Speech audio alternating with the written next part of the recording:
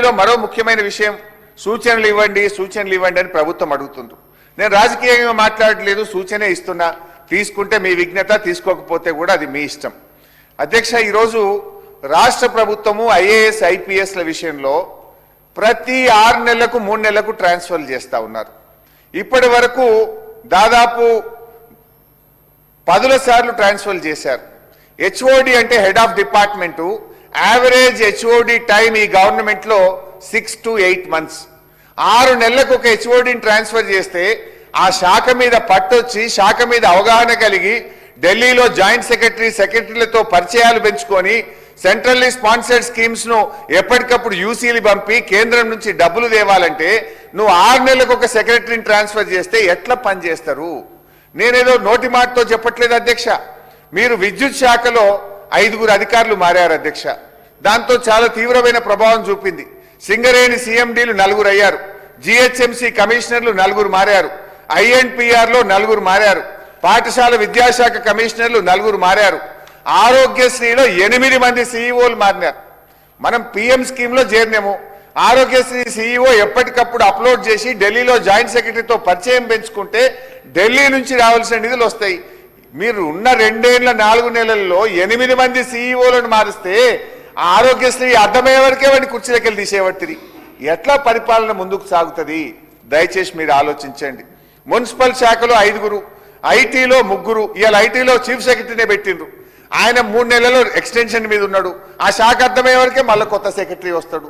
ఐటీలో 3, మైనింగ్ లో 6, national health machine లో 3, ఇట్లా 140 మంది ఐఏఎస్లను ట్రాన్స్ఫర్ చేసినారు. నచ్చకపోతే మార్చు. రంగారెడ్డి కలెక్టర్లు 4 మారింది సార్ మీ జిల్లా. రంగారెడ్డి జిల్లాలో 2 ఏళ్ల 4 నెలల్లో 4 కలెక్టర్లు మారుతారా సార్? ఈ రకంగా పరిపాలన ముందుకు సాగుతుందా?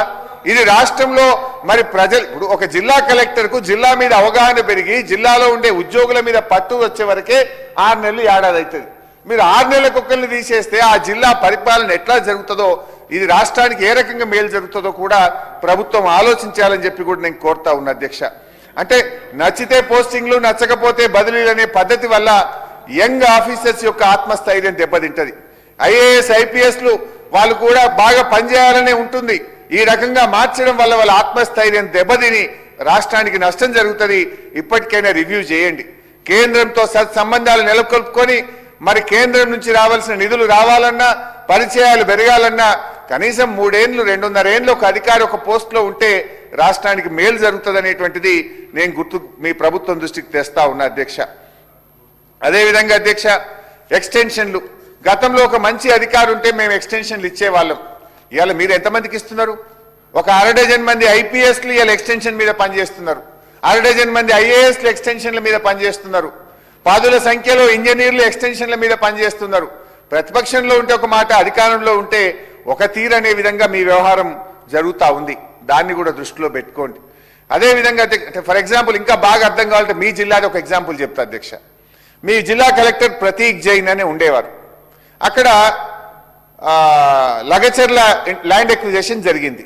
యాజ్ ఎ కలెక్టర్ ఆయన పోయి చాలా హామీలు ఇచ్చింది. అక్కడ మీకు ఇళ్ల స్థలం ఇస్తా, మీకు ఇంత డబ్బు ఇస్తా, మీకు ఇందిరమ్మ ఇల్లు ఇస్తా అని చాలా ప్రామిస్ చేసి కలెక్టర్ తంటాలు పడి ల్యాండ్ ఎక్విజిషన్ చేసిండు. టక్కన ఆయన ట్రాన్స్ఫర్ చేస్తుంది. కొత్త కలెక్టర్ వచ్చాయి. ఇప్పుడు ఆ ప్రజలు పోయి ఆ కొత్త కలెక్టర్ని కలిసి నాకు తెలియదు ప్రతీక్ జైన్ అడుగుపో అంటే ఎట్లా నడుస్తుంది? అంటే అంతా గందరగోళం అవుతుంది. To understand the better things నేను ఎందుకు చెప్తున్నా అంటే, ఒక కలెక్టర్ 2 ఏళ్ళలో 3 ఏళ్ళలో ఉంటే ఇష్యూస్ బాగా రిజాల్వ్ అవుతాయి, ప్రజలకు ఇచ్చిన హామీ అమలు జరుగుతుందని మీకు అర్థం కావడానికి మీ జిల్లా పేరు తీసుకొని చెప్తున్నా అధ్యక్ష.